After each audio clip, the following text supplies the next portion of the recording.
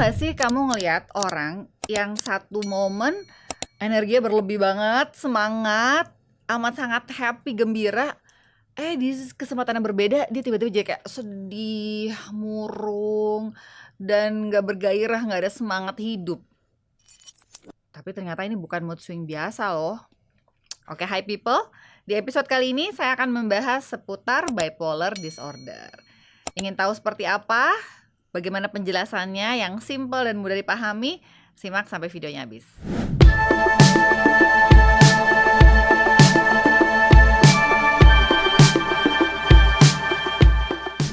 Saya pernah membahas tentang bipolar disorder di video-video saya sebelumnya, nanti mungkin boleh simak.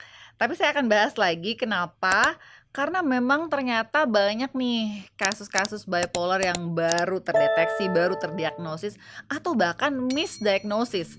Maksudnya gini, selama ini dikiranya dia mengalami gangguan depresi atau depresi mayor kita sebutnya, major depressive disorder, ternyata dia mengalami depresi yang merupakan bagian dari bipolar.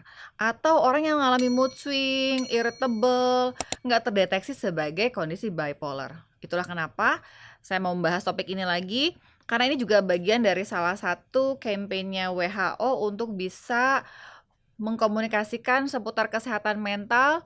Apalagi kita ketahui bahwa gangguan bipolar ini ternyata merupakan kondisi yang serius yang apabila ditangani dengan tepat akan membantu seorang itu untuk menjalani kehidupan dengan lebih berkualitas dan tentunya lebih sehat. Jadi gangguan bipolar atau bipolar disorder adalah suatu gangguan kesehatan mental yang ditandai dengan adanya perubahan suasana hati ataupun mood. Selain perubahan mood, ada perubahan energi dan ada perubahan pada cara berpikir seseorang yang bisa dibilang perubahannya ekstrim. Orang yang mengalami bipolar itu seperti mengalami dua kutub yang ekstrim. Namanya juga bipolar gitu ya, dua pole atau dua kutub. Ada kutub yang atas atau kita sebut fase mania atau hipomania, ada juga kutub yang bawah nih, fase depresi. Ternyata secara global, 1 dari 200 orang mengalami kondisi bipolar loh. Berarti kalau 270 juta penduduk Indonesia kira-kira ada berapa yang mengalami bipolar? Coba tulis di kolom komentar ya, bantuin hitungin buat saya. Jadi kita bahas dulu ya fase-fase yang ada pada bipolar. Bahwa ada fase yang kita sebut namanya fase mania atau manic episode.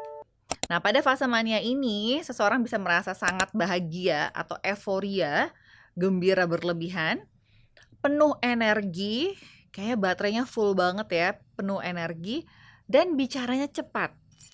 Selain itu, dia merasa dirinya sangat hebat, ya, ada grandiositas atau rasa kebesaran ya di dalam diri dia. Tapi di balik kondisi yang kok kayaknya bagus tuh, happy, ya bahagia, banyak energi, penuh dengan semangat, merasa hebat, apa jeleknya? Buruknya adalah karena ada risiko apa? Kurang tidur, kemudian impulsif, melakukan sesuatu tanpa berpikir panjang, dan ada perilaku berisiko seperti belanja berlebihan atau melakukan keputusan yang ekstrim untuk dirinya. Bahkan kalau kita bicara yang ekstrim, ini bisa menyangkut hal-hal yang mengganggu kesejahteraan dirinya ya, baik secara finansial atau kesejahteraan secara psikologis.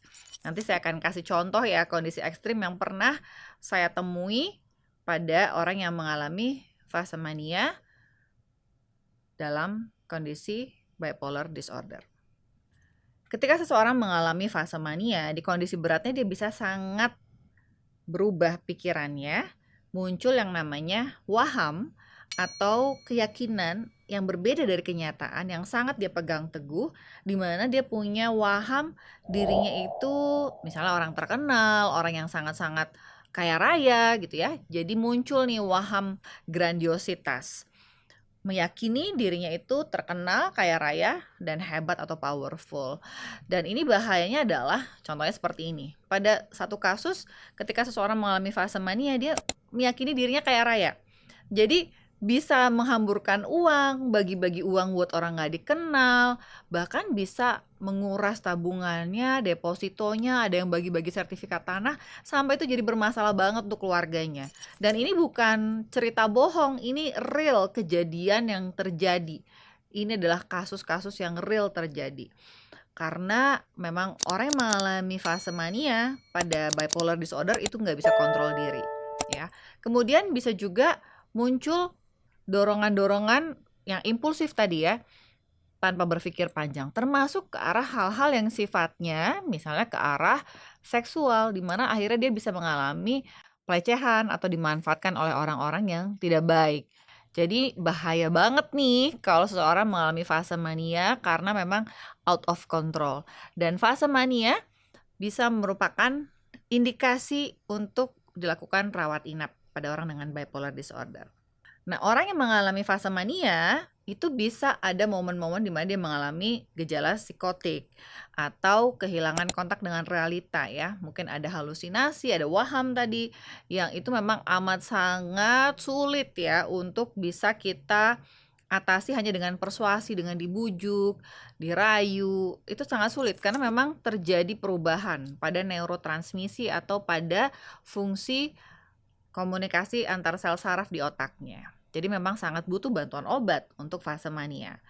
Beberapa orang bisa mengalami fase hipomania, jadi itu kayak sedikit di bawahnya mania. Di mana pada fase hipomania ini mungkin nggak se-ekstrim mania.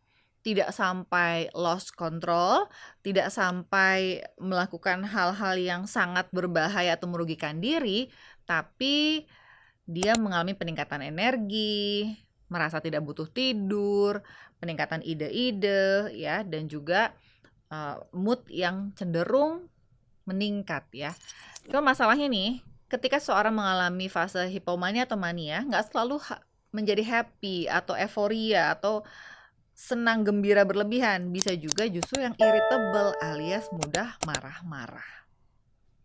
Lanjut kita akan ngebahas episode atau fase depresi. Yes, orang dengan bipolar disorder bisa juga mengalami episode depresi dan bahkan pada praktek klinis sering ditemui fase depresi berlangsung lebih lama dan lebih sering seseorang itu mengalami fase depresi dibandingkan fase hipomania ataupun mania. Kalau tadi kita pelajari ya bahwa pada fase mania seseorang itu bisa banyak energi, banyak ide, bicara cepat, euforia, gembira berlebihan, merasa hebat. Depresi itu kebalikannya.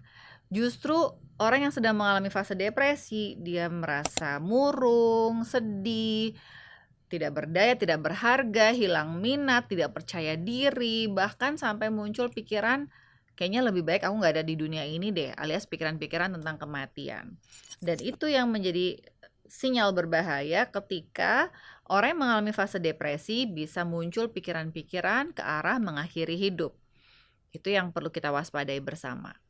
Pada kondisi depresi yang berat, orang dengan bipolar juga bisa mengalami gejala psikotik. Psikotik itu tadi ya, kehilangan kontak dengan realita. Gejalanya bisa halusinasi, bisa juga waham. Bisa ada pikiran bahwa, oh sebentar lagi kiamat nih, aku lebih baik nggak ada di dunia ini karena nggak ada orang yang mencintai aku dan sebentar lagi dunia ini akan hancur misalnya. Atau muncul bisikan-bisikan yang menyuruh dia untuk melukai diri, mengakhiri hidup, atau bisikan-bisikan negatif yang membuat dirinya sangat terganggu dan sangat-sangat terusik sampai untuk mengakhiri penderitaan dia terfikir untuk mengakhiri hidupnya. Itulah kenapa episode depresi juga harus ditangani dengan baik karena ada risiko yang fatal, risiko bisa menimbulkan dorongan untuk ke arah kematian. Jadi perlu dipahami ya bahwa bipolar disorder ini serius banget loh. Ini kondisi mental yang sangat serius, bukan cuma masalah nggak bisa kontrol emosi, bukan hanya masalah orang yang emosinya nggak stabil, tapi bisa sangat mempengaruhi kehidupan seseorang. Jadi bipolar disorder bisa mempengaruhi relationship, hubungan, pekerjaan, pendidikan, dan bahkan mempengaruhi kesehatan fisik seseorang juga. Dan tanpa penanganan yang tepat bisa terjadi risiko untuk mengakhiri hidup atau risiko bunuh diri yang bisa meningkat sehingga butuh penanganan yang serius. Kalau ditanya penyebab, tentunya tidak ada penyebab yang tunggal untuk gangguan mental. Jadi penyebabnya multifaktor. Bisa faktor biologis atau genetik, ada faktor psikologis dan juga lingkungan ya. Dan kesemua faktor ini berinteraksi menjadi satu. Oleh karena itu, kita nggak bisa hanya tangani biologisnya saja, psikologisnya saja, atau lingkungan dan sosialnya saja, tapi harus ditangani semuanya. Komprehensif agar pemulihannya juga tercapai dan bertahan lama. The good news is, bipolar disorder itu kondisi yang bisa ditangani. This is the good news. Karena ilmu pengetahuan, penelitian sekarang sudah banyak menemukan pengobatan dan jenis-jenis terapi yang bisa sangat membantu proses pemulihan orang dengan bipolar. Contohnya, kita punya banyak sekali obat-obatan yang bisa sangat membantu menstabilisasi moodnya. Bisa mengatasi perubahan mood yang fluktuatif agar moodnya tidak naik ke fase mania atau turun, terjun bebas ke fase depresi. Jadi kita mau mempertahankan moodnya ada di normal range ya.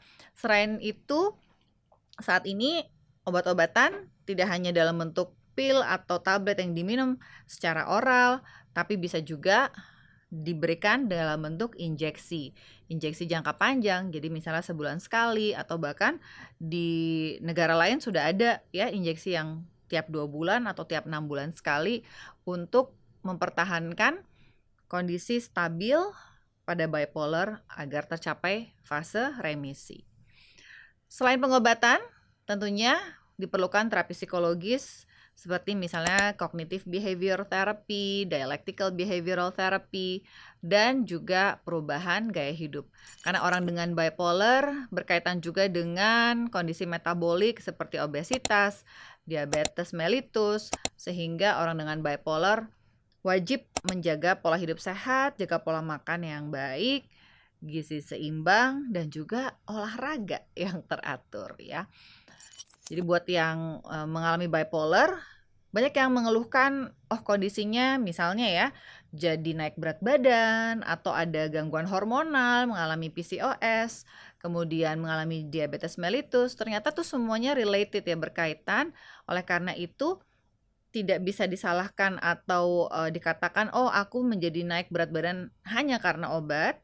Walaupun memang ada obat-obat yang berkaitan dengan peningkatan berat badan, tapi ternyata bipolar disorder itu sendiri juga berkaitan dengan kondisi-kondisi metabolik ya di dalam tubuh. Termasuk pada metabolisme insulin gitu ya yang berkaitan dengan gula darah dan juga pada berat badan seseorang, tentunya metabolisme tubuh.